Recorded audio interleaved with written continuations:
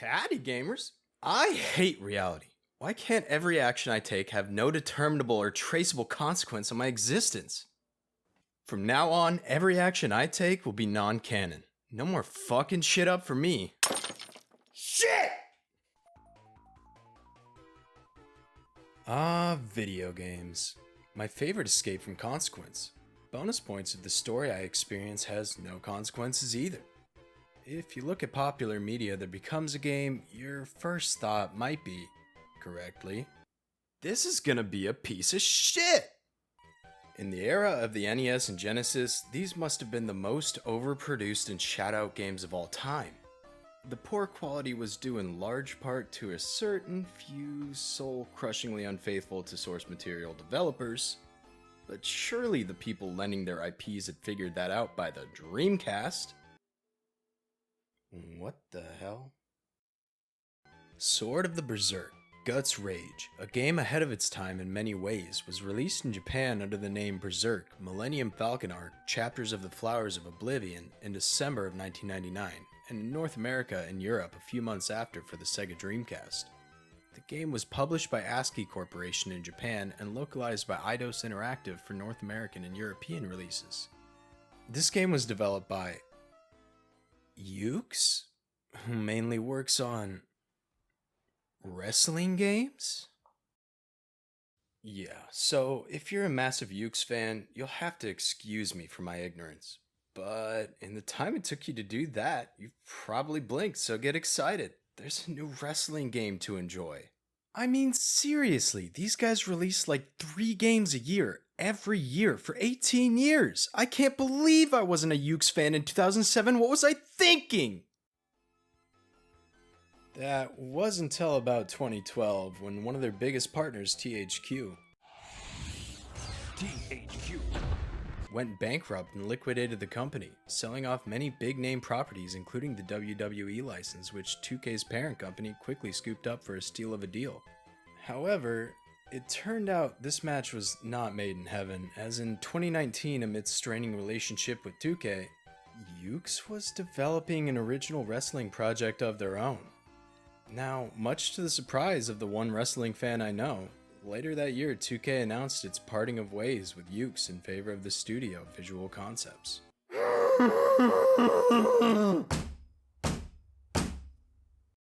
With a track record like that, what could possibly go wrong when adapting a game to one of the most popular manga of all time?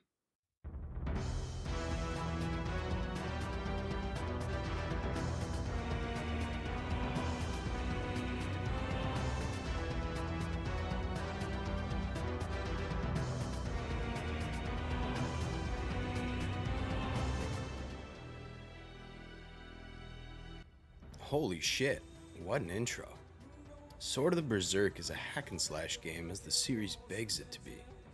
As with a lot of the games adapted from popular franchises I played as a kid, such as Dragon Ball Z Sagas, this game is a linear but open feeling level, where you can explore, but there's not too much off the beaten path.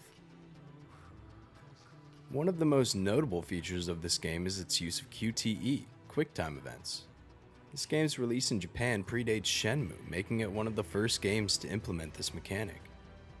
Let me just get it off my chest. Yeah, cool, some of the first QTE, but I hate them.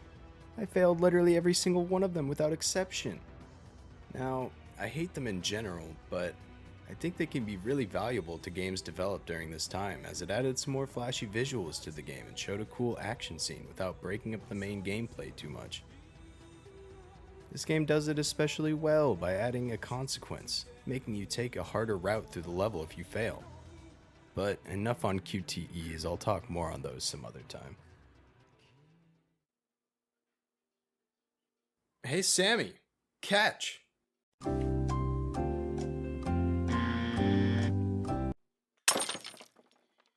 So let's talk about the most important gameplay feature, the combat.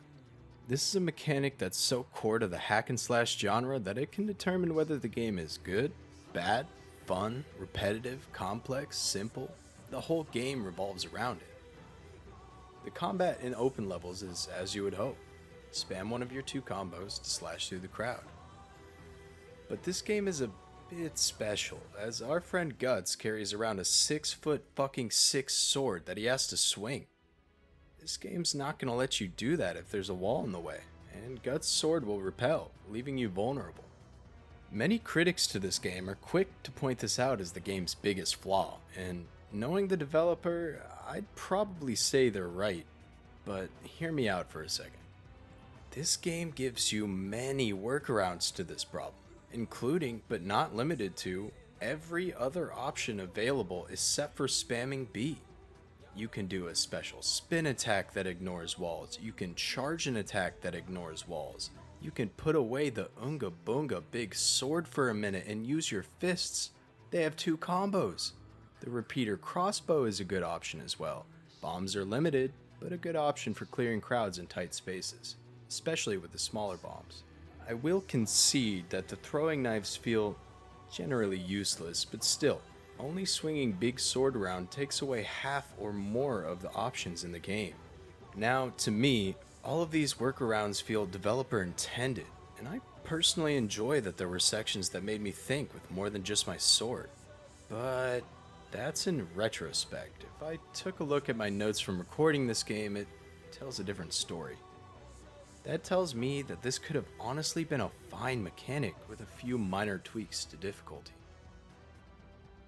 The difficulty in this game is hard to place. At times it feels unfair, but all in all I only game overed once or twice, and it wasn't due to traditional levels. There were times I'd get stuck in a corner, just getting fucked sideways, and then, that's when it hit. Berserk mode, baby. No wall, demon, or omnipresent Final Fantasy-esque boss could stand in your way when these roids kick in. You ignore everything and just kick the shit out of anything in sight before your bar runs out. Use it to prioritize big targets or to absolutely annihilate annoying archers. Either way, this feels great. Speaking of bosses, this game does them pretty well. The game's opening boss is a rough introduction to, don't spam, I'll kill you faster. And the rest of the game really pounds that home. The Zod Fight was awesome. Although it took me many tries and I cycled through a few different strategies, the tools the game gives you are just enough to get by. Honestly, Zod was the hardest fight in the game. The final few bosses looked awesome and brought new gameplay with each, but by the time I got to them, they weren't too hard. Plus, just look how sick they are. The first thing that should catch your eye about this game is the art style. There's a gloomy lighting to the whole game and a haze that constantly lingers. The gloomy colors of the ground and walls, the settings such as the prison and the church, all lend to this game's air of dread. All characters are portrayed faithfully to their source material, and the monsters and bosses look just as gory as you'd expect from the Berserk universe. Even the new character, Rita, looks great. Speaking of faithful, check out Guts' moveset. Everything from his bionic arm cannon to his 6'6", 400-pound iron sword, the Dragon Slayer, are here. This includes his repeater crossbow, throwing knives, and spiked grenades. That's an attention to detail I can appreciate. Now, if you're a fan, you might note the obvious exclusion of the Berserk armor, so let's talk about continuity for a second. Now, I've had my fair share of scrapes with anime. But I've never really been able to get into the manga. I don't know what it is. I'm sure it's just as accessible to me as the show, but it's never been my first choice, so you'll have to excuse that I got most of my knowledge on Berserk from a YouTube lore video. And I'll link in the description. Slight spoiler alert, but I will be talking about things that happen in the first 22 volumes of the manga, so if you have any interest in experiencing the series yourself, you've been warned. This game takes place between volumes 22 and 23 of the manga, right after Guts leaves for Elfhelm at Puck's suggestion with Casca in tow, but before the rest of the group catches up to them. This is important, as at the time of release in North America, the furthest you could have been in the series was at the end of the Golden Age arc, about half of the show ago. Fans who popped in at the time would have no idea what happened to Casca, who Puck is, and oh boy, when Zod shows up. Where the fuck is his horn? At the time, Guts' main goal is to find Griffith and murder him as painfully as possible, while shaving some time here and there to look for a way to cure Casca. The gang is fresh off an encounter with the Exalted Phoenix himself, who is inhabiting Guts' alleged child at the time. That brings us to the opening cutscene, where the three stumble upon a caravan in peril. The story of this game is written by the man himself, Kentaro Miura, and although it's just a video game arc, it lives up to any expectations that those who follow his work would have. It's a story of many tragedies, injustices, and misfortunes that seem outside of anyone's control, and portrays the hands of fate as cruel puppeteers. There are themes of loss and grief, life's purpose, charity and greed, the place of tradition, social unrest, and selfish ambition. There's a constant feeling that even though you're doing what seems right, it might be wrong. You'll clear a horde of enemies, only to find their loved ones grieving at their side, cursing your name. The game draws parallels between Guts and the evil King Balzac, both people who are fighting for the benefit of someone they love, blurring the line even further between what's morally right and wrong. This sense of guilt will drive the player to decide for themselves without a concrete answer ever being presented. And there's not too many games that can do that. Guts Rage, Sword of the Berserk is a testament to how to make a non-canon video game.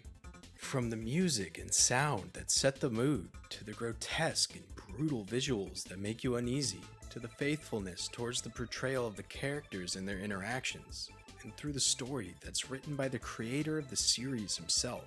It delivers a Berserk experience worth having that feels like it would fit right at home with the rest of the arcs, even if it never really happened.